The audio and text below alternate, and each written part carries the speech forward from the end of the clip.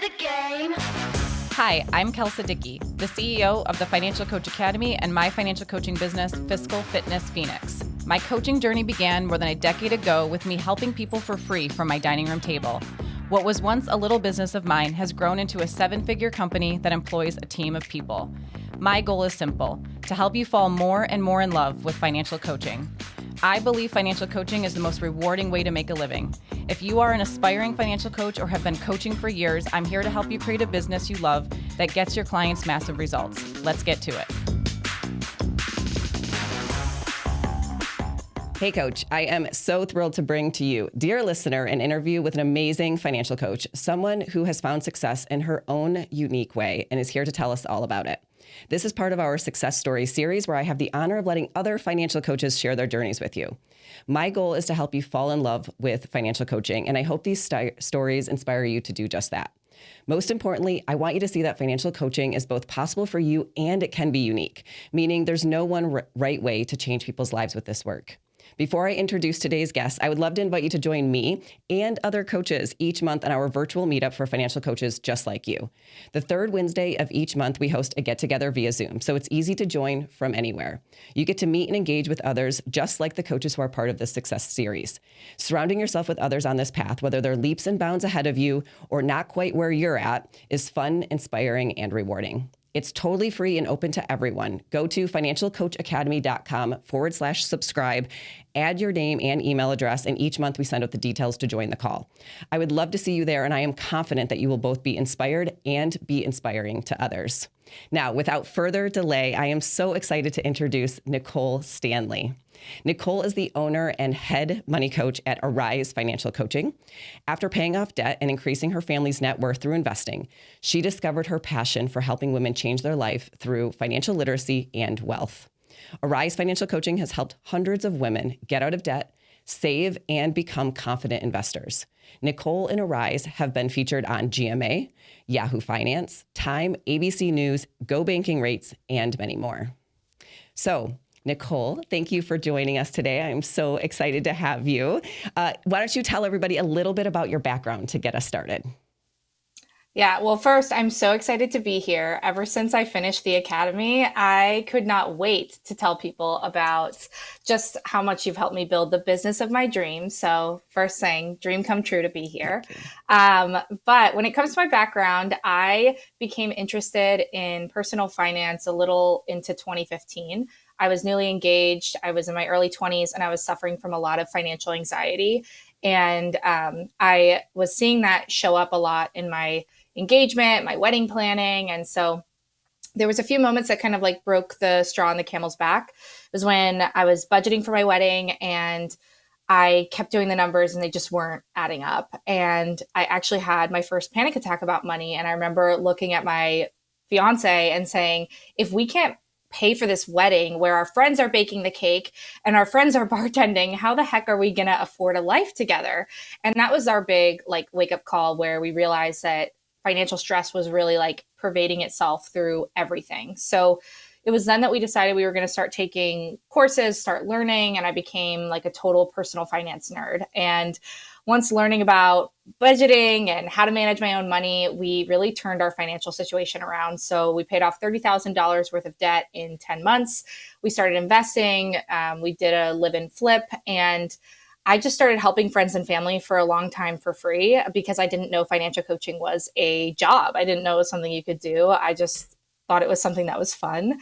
And when I learned about financial coaching, I actually Googled some financial coaches in my area in Gilbert because I thought to myself, like, you know, I am gonna like, I don't know. I just thought like, there's already so much competition. I can't do this. Like people do this already. And I got a call from somebody who was a student of Financial Coach Academy. And we met up for coffee because she had been coaching for a few years. And she talked to me about, you know, what it took for her to become a financial coach. Like this was just her being kind. And she actually showed me the Financial Coach Academy because at the time I was thinking about going with some other like competitors of yours, and I didn't know anything about you or Fiscal Fitness. And she had told me that your program helped her, you know, start a business from scratch. So At the time, it felt like a lot of money for me. I hemmed and hawed for about 6 months. And then finally, I pulled the trigger and got access to Financial Coach Academy. And that really changed the way that I thought about a financial coaching business.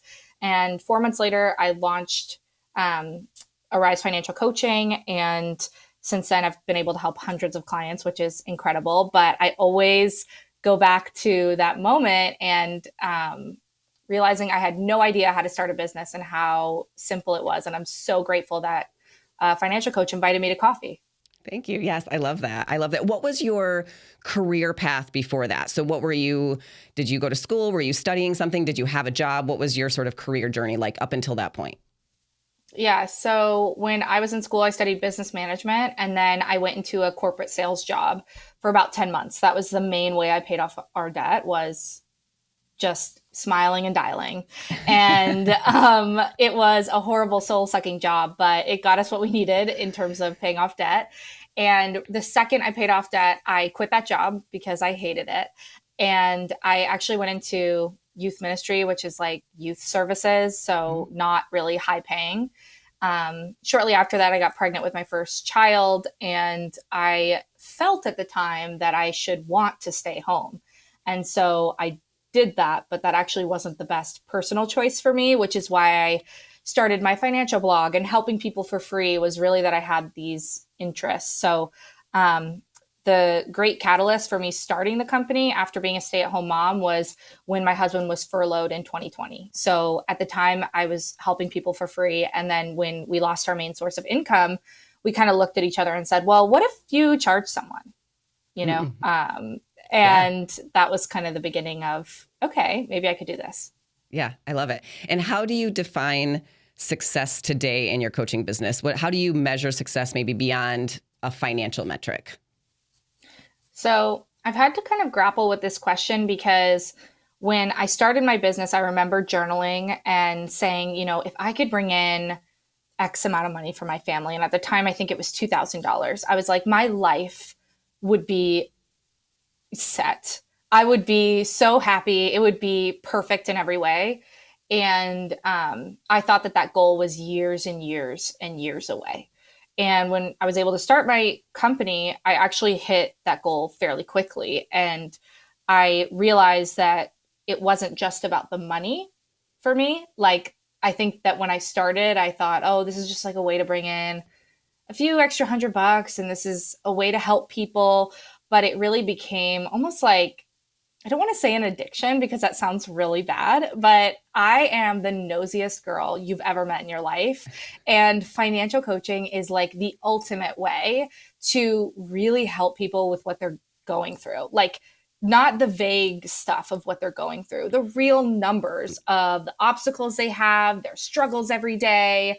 And it became something that, like, I couldn't really it was hard to stop because it was so much fun. And so, you know, once you kind of get that bug, I feel like it's hard to lose it. And once you see, like, oh my gosh, this really helps people, again, you just want to keep doing it. So now in my company, I kind of focus on how many people do we get to help? How many lives do we get to change? Because now that I have another full-time coach on my team, I'm able to, you know, multiply out how much coaching I was able to do on my own. So that's a major way that I kind of look at success in my business as I continue to grow, is how many more lives can we help? How can we do it the most efficiently? How can we do it the best in the marketplace so that people are getting coaching and getting this transformation? Yeah, I totally agree. I think it is a very natural segue of like starting at, my goal was $2,000 a month when I first started. And then it was like, okay, 5,000. And then it was 10,000. And then after a while, it's like, okay, those numbers are great. And it's not about chasing those numbers. And it's about the impact that we have in the number of people we help and that sort of thing. So I love that. So speaking of that, how do you define success for your clients, or what are some ways that you measure their progress then? Yeah, so I have a way that I look at if a client is kind of ready to graduate. And my goal with every client is that when they come to us, they feel stressed and they feel unsuccessful with their money. Like, that's a telltale sign that they might need our services.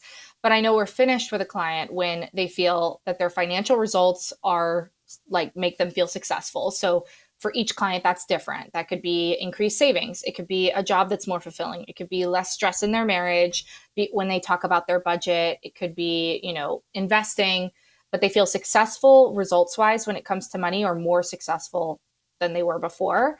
And that they feel confident as a decision maker around money. So part of what we do as coaches is we don't just say, well, hey, great, you saved all this money with me, bada boom, bada bing, so keep paying me for the rest of your life. Like, I haven't done my job unless a client says, wow, I feel confident with money. Like, before I felt stressed, but now I know how to make decisions, whether it's easy, whether it's hard.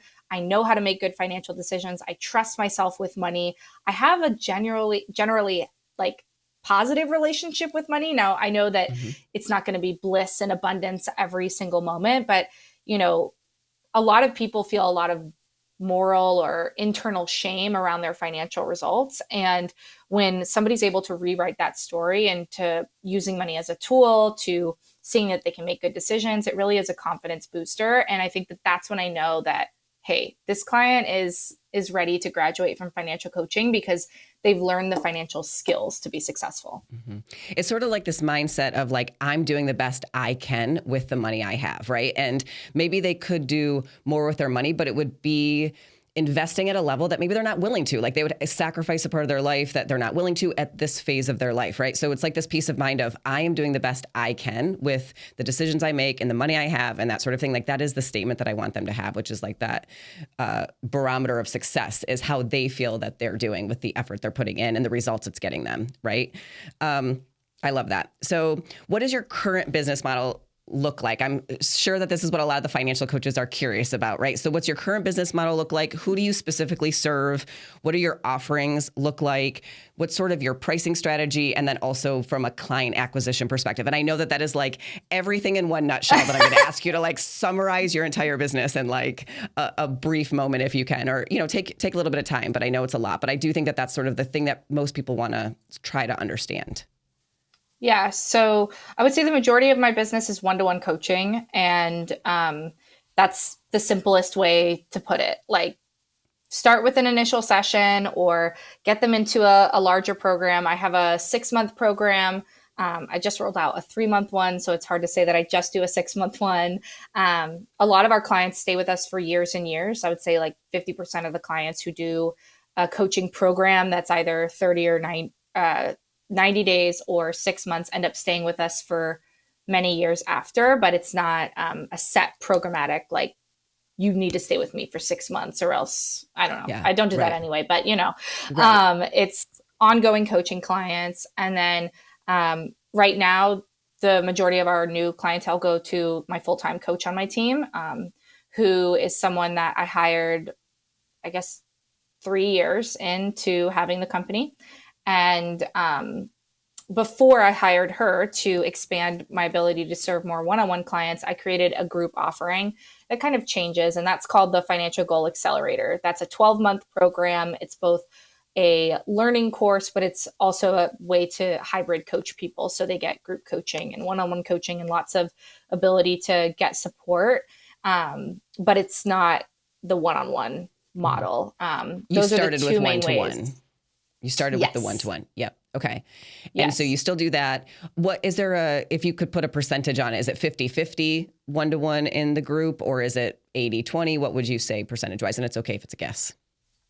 Yeah. So right now we have almost 30 one-on-one clients between Annie and I. Annie's my other coach on the team. And then we have around 30 people inside of the Financial Goal Accelerator. However, because of the pricing difference, I would say, 70 to 80% of our revenue as a company comes from one-on-one coaching, where 20 to 30% comes from group coaching. Got it. And how are people finding you? What is your main marketing source, and what do you enjoy the most about your marketing? Yeah. So I started on Instagram because it was cheap, free, and at the time, the easiest way for me to get my message out there. And that was something I was pretty comfortable with. So I have stuck with Instagram and Facebook being our main kind of marketing channel for a while, but I did start an email list early on because that's what people said you should do. I didn't have a plan for it. I didn't know what I was going to do, but I just people said, if you have a business, you need an email list. So I said, okay. And I do that. But we have a really engaged email list at this time. And that's, I would say, the main way we build community is through Instagram, TikTok, social media platforms. And then for people more inside kind of our funnel, or like want to be more in the know of our business, they're on our email list as well.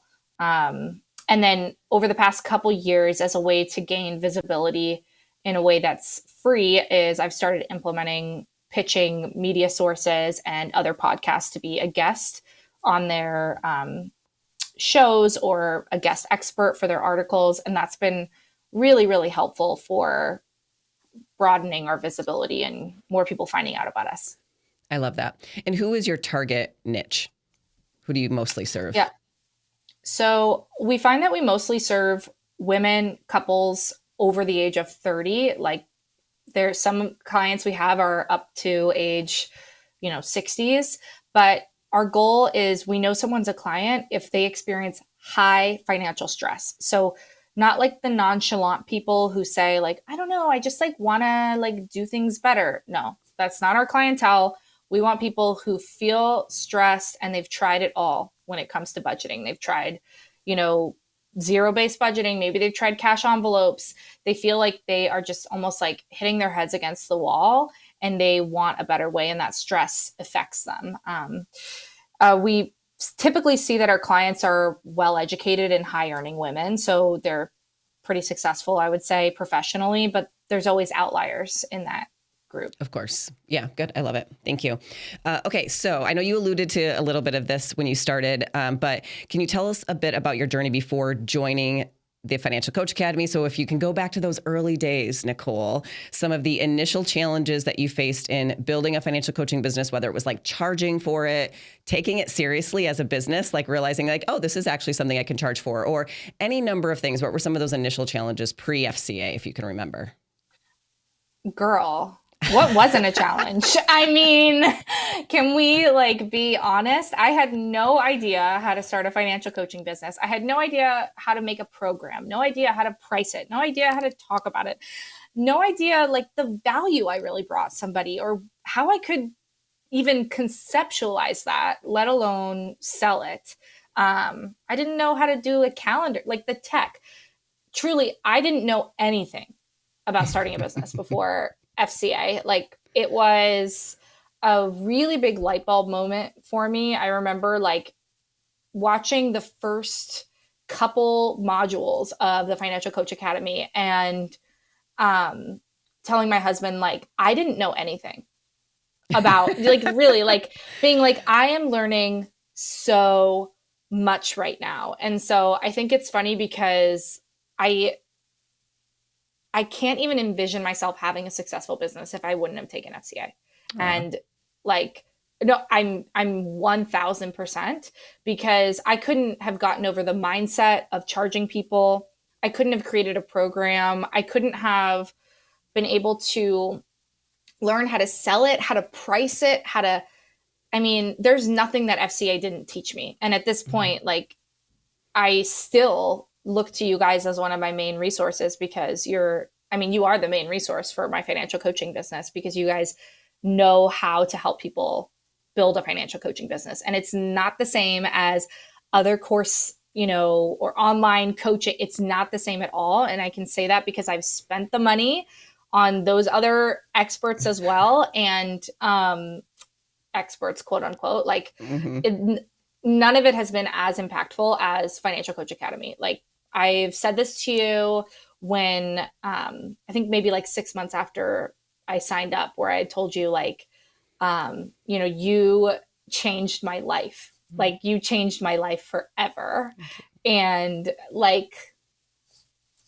I couldn't wait to I tell everybody about FCA because it's such a great resource. So I didn't know anything about becoming a financial coach, and it's a really rewarding career path. And starting this business and learning how to personalize it, not learning how to do somebody else's business, but learning how to create my own is, I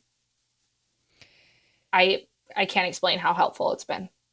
It's the similar conversation that we're having when we were talking about success and defining that for our clients, right? That they feel good about what they're doing with their money, the way they make the decisions, that they're doing the best they can. And that is the same sort of ownership and love for their situation that we want with coaches, right? That you love your business, that you love your clients, that the way you do it works for you, right? That you've got a program and a pricing strategy that works for you. And that's different for everybody, right? Like you are literally joining me from Norway right now because you're traveling with your family. So, like what you want for your business, and whether it's leverage and scale or time or more money, right? It really just depends on the coach, and there's no right or wrong way to do it. But I love how you've sort of embraced those different things. And I know when I first started, I didn't know any of those things either. And you have a business management degree. I have a finance degree, right? So, but what we learned in those degrees is not how the actual practicality of talking with people every day and positioning your offer and those types of things. I'm curious if you had any imposter syndrome or any sort of hangups around not having a financial background. So how did you maybe learn to embrace that? I know you have a business degree, but that's not the same thing as like one of the questions we get all the time from coaches is they're hyper focused on what they don't know about financial calculations or financial how-to, when really it's all the other things that you also don't know, but those aren't even necessarily on their radar a lot of the time. And I'm curious if you ever had to reconcile sort of a non-financial background with personal finance type things. Yeah, I would say that at every kind of new level of growth, I encounter some sort of imposter syndrome. And I think when I was first starting out, that imposter syndrome was so big. It was like I couldn't even breathe through it. Like I remember some people in my life kind of being like, you don't have a license. Like you can't help people. That's illegal. You can't do that. You can't talk to anyone about money. You're going to get sued. Like that was a real fear of mine of like, what am I allowed to say? What am I not? Should I just not help people? And it was honestly through like working with my first few clients and realizing literally none of that mattered. And seeing how much success they were able to have and how much of their success has nothing to do with math. It has absolutely nothing to do with, how can I calculate the future yield of XYZ? Like that's not the thing that people need help with. And if they want help with that, they can Google it or they can talk to somebody who has that license. But typically what we find with our clients is that people need help with the day-to-day money management and how to, make a plan for their money that feels good, how they can talk to their spouse about money, how they can set financial goals that are realistic, that are actually going to help them move forward. Being able to diagnose like, what is the problem? Am I a crazy overspender, or do I not have a good money management system? Am I overspending on things? Like people want help with very, very kind of simple things that for those of us that are kind of like money nerds are simple to us. Like they're very easy to figure out for us. And financial coaching, I think, is only becoming more popular as time goes on because the modern consumer is becoming educated about the way that financial professionals have been charging the public in the past, which has been kind of bank robbing them a little bit by like taking a percentage of their money forever or charging them these fees that they don't really understand, that people are eager to get unbiased help with their money where they're paying someone kind of hourly or on a programmatic basis to teach them how to feel confident. So I just see financial coaching becoming more and more popular because they like having somebody who is not invested in selling them some sort of financial product on the back end. So I definitely experienced that at the beginning, but I still experience that now. It's just something that I have learned to embrace as I continue to build my business because, the numbers only get bigger, the stakes only get bigger as you continue, right? Like, absolutely. It's not just, how do I be the best coach and help my clients? It's also, how do I help my team be the most successful and make sure that the caliber of coaching doesn't ever go down with who I hire and when I grow? And how do I maintain to make sure all clients are having good experiences? And how do I make sure that clients are getting the best results possible? And, I feel like as your business grows, you have to grow into a bigger leader to match it. So imposter syndrome every day. There is, the the transition from the pressure you feel and like getting your clients results, right? This feeling of like, I have to prove that I can get them results and that sort of thing, right? That is oftentimes where a person first starts, where the imposter syndrome comes from. And then you hire coaches to your team, and it is a whole new level of pressure and, like you said, leadership skills that are required, right? And just the amount of thought that goes into it of not only do I want my clients to get results, but I need them to get results from somebody else. And I also want this person to love what they do, to feel passionate about what they do, to love the clients that they're working with who are attracted to me, right? In my marketing and my messaging and that kind of thing. And I want them to get paid a livelihood wage. Like I want them to have a great wage, right? That they can then set their own financial goals. Because I feel like, how are we as employers, CEOs, right, who want to encourage people to strive for wealth and strive for financial success? We also have to set our team up to be able to do the same things with their own financial situation. So we have to be able to pay them at that rate and that kind of thing. So it's like you can't start there, right? But at each one of those stages, that's where that imposter syndrome comes in of like, okay, I got to pull up my big girl pants here and what am I learning now, right? Like, how am I doing this next stage kind of thing? So I'm so proud of you. I love watching your journey at each one of these stages. And I genuinely appreciate you allowing us to continue being a part of your journey. I'm not done with the questions yet, but I just wanted to insert that really quickly because as you're telling your story and like how you used to feel and that kind of thing, it's so far away from how you are today. And it's so crazy to sort of think about the journey that you've gone through and just how much growth you've experienced in, the business side, but also just personally and your own development and like your own life has completely changed. And it's been awesome to be a part of it. So thank you for letting us be a part of it, Nicole. It's been a lot of fun. Okay. So next question is, as your business has grown, I know you talked about hiring coaches. Why did you decide to go that route as far as scaling and leverage? I know that's one of the questions that coaches often are curious about, is that next stage. Why was that the decision you decided to go in? So I think for me, I really enjoy my group program, but it's nowhere near how I enjoy one-on-one coaching. And I also feel that clients, at least with the way that I coach, they get the best results with one-on-one coaching. So I'm just like a high touch point. I'm a nosy girl, I like to get into people's business. I like to know what's going on. I like to really like partner up with them. And I found myself getting really burnt out with wanting to grow my business, but being the main coach. Like I could only help the people that I could help. And if I wanted to help more people, I needed to max out my schedule. Like I'm a mom of 3 kids and my youngest is 1. So it's not like I have the unlimited time. I need to make sure that I'm not burning out too, so that the people I do coach get the best coaching possible. Because I definitely started to realize like almost like this like relief when somebody said no on a discovery call, because I'd be like, oh God, I don't have to like, I'm tired. Mm-hmm. Yeah. Like it was this very real shift where the problem was no longer how do I get business, or like, how do I figure out how to get business? But it was more so, how do I like figure out how to sustain more business without burning out? Yeah. And like I said, I've done the group program and I still have a group program because I believe that the content in itself is life-changing, and coaching in a kind of group setting can still be very life-changing. And I want coaching to be accessible for people at lower income levels. But at the end of the day, I love one-on-one coaching and I love seeing the transformation that happens for clients there. So, Jill, one of the coaches on your team, I work with her one-on-one and I have for the past few years. And we were kind of going through, I put all my effort into FGA and growing FGA, but there was no joy in it for me. Like, Kelsa, you remember this on our retreat. Oh my God. I had been like, so it was actually Kelsa too, who helped me like really nail the coffin in like around this, because I was set on doing like a marketing strategy and a program strategy, like, the marketing people tell you need to do. This is the best way to do it. And it wasn't working for me.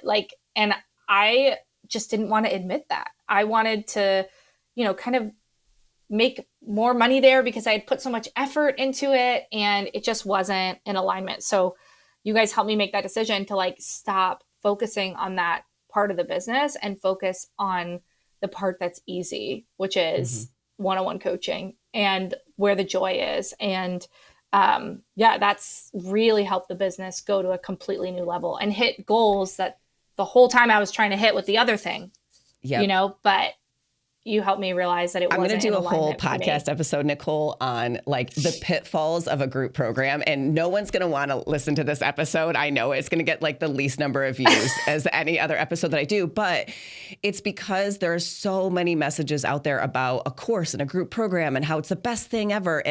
But no one talks about the behind the scenes, the lack of fulfillment, I think, that sometimes comes from a group program.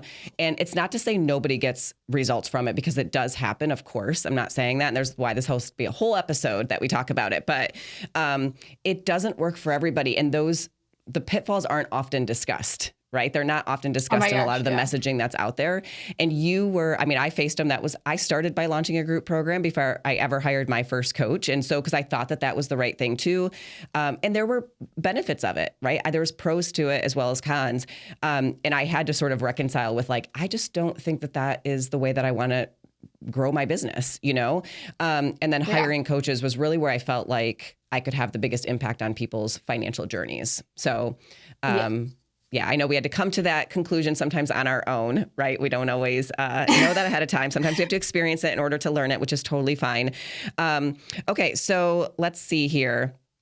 Were there any other aspects of FCA that have been most helpful in your journey as a financial coach, looking back? And then last but not least, the last question is, what piece of advice would you give to someone just starting out in financial coaching? Yeah. So the first one was, what parts of FCA were the most helpful? Honestly, I think creating the program, which is like the beginning. You start, I think module 1 is about your program, and you've upgraded it, which is awesome. And you even help people with if you don't know how to start a program, here's one to build off of. You can start here. Definitely.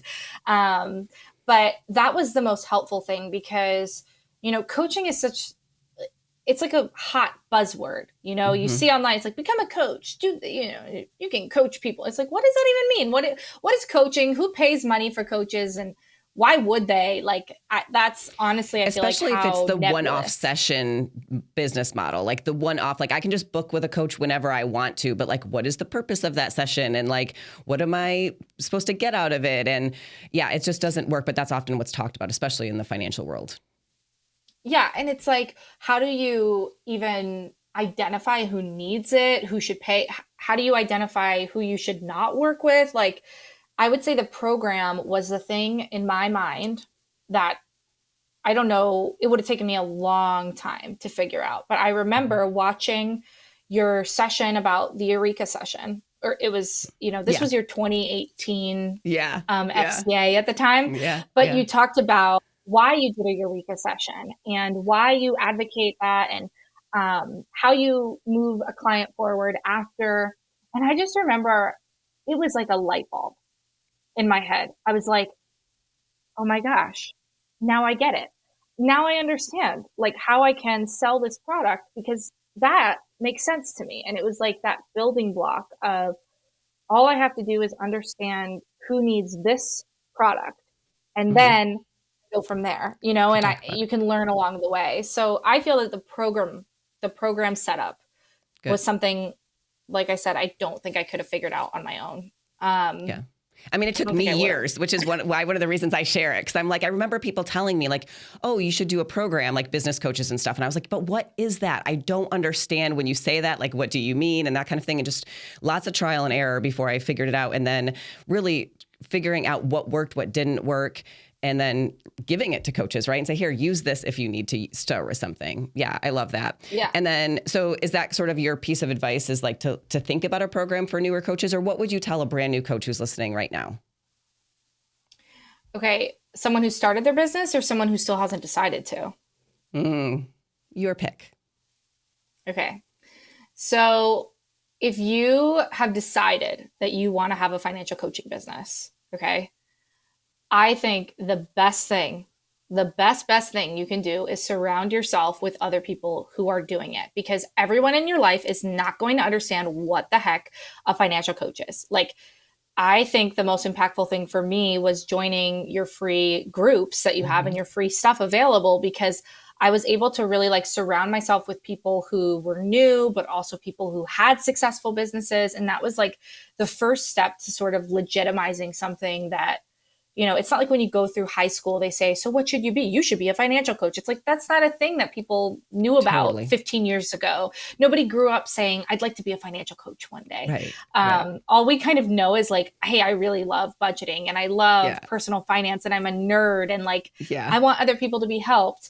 So surrounding yourself with a community, the best community on the internet is the Financial Coach Academy community by far. And you can test the waters. What I always tell people before they become, they'll ask me like, hey, can you teach me how to become a financial coach? And I'm like, no, I can't because that is like, here's a resource you can go to. I tell people like, listen, they've got hours and hours of free content available online, like hours. So watch it all. You don't need to pay them a dime. Like you can watch it all. You can ask your questions in those group sessions, but seriously, just start doing it and start getting in the community of people who are doing it. Like you have everything available for free. Like people can listen to this whole freaking podcast and launch a business. Like it is doable.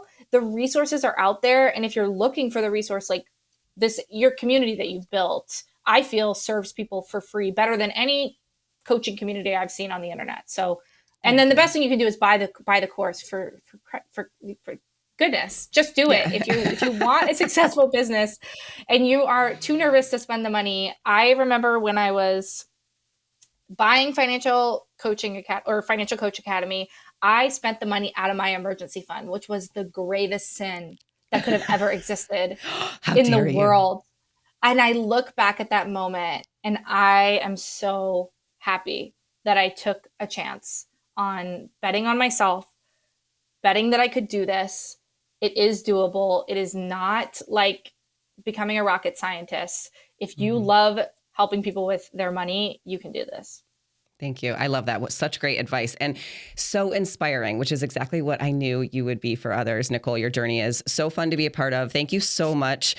Next episode, everybody, we have another financial coaching success story, but with an approach that is actually totally different from today's success story, which is one of the reasons we wanted to do this. But I wish I had even more time to talk with you, Nicole, but I just want to say thank you for taking the time to be with me today and for the positive impact that I know you are having on all of your clients and for the team that you're building and the way you lead your company. It is truly an honor to be a part of it. So thank you for joining me today. Thanks for having me. I believe financial coaching is the best and most rewarding way to make a living. I truly love what I do. If you're ready to learn and see how to become a profitable, successful financial coach, check us out at financialcoachacademy.com to learn more about our online courses, free trainings, and events.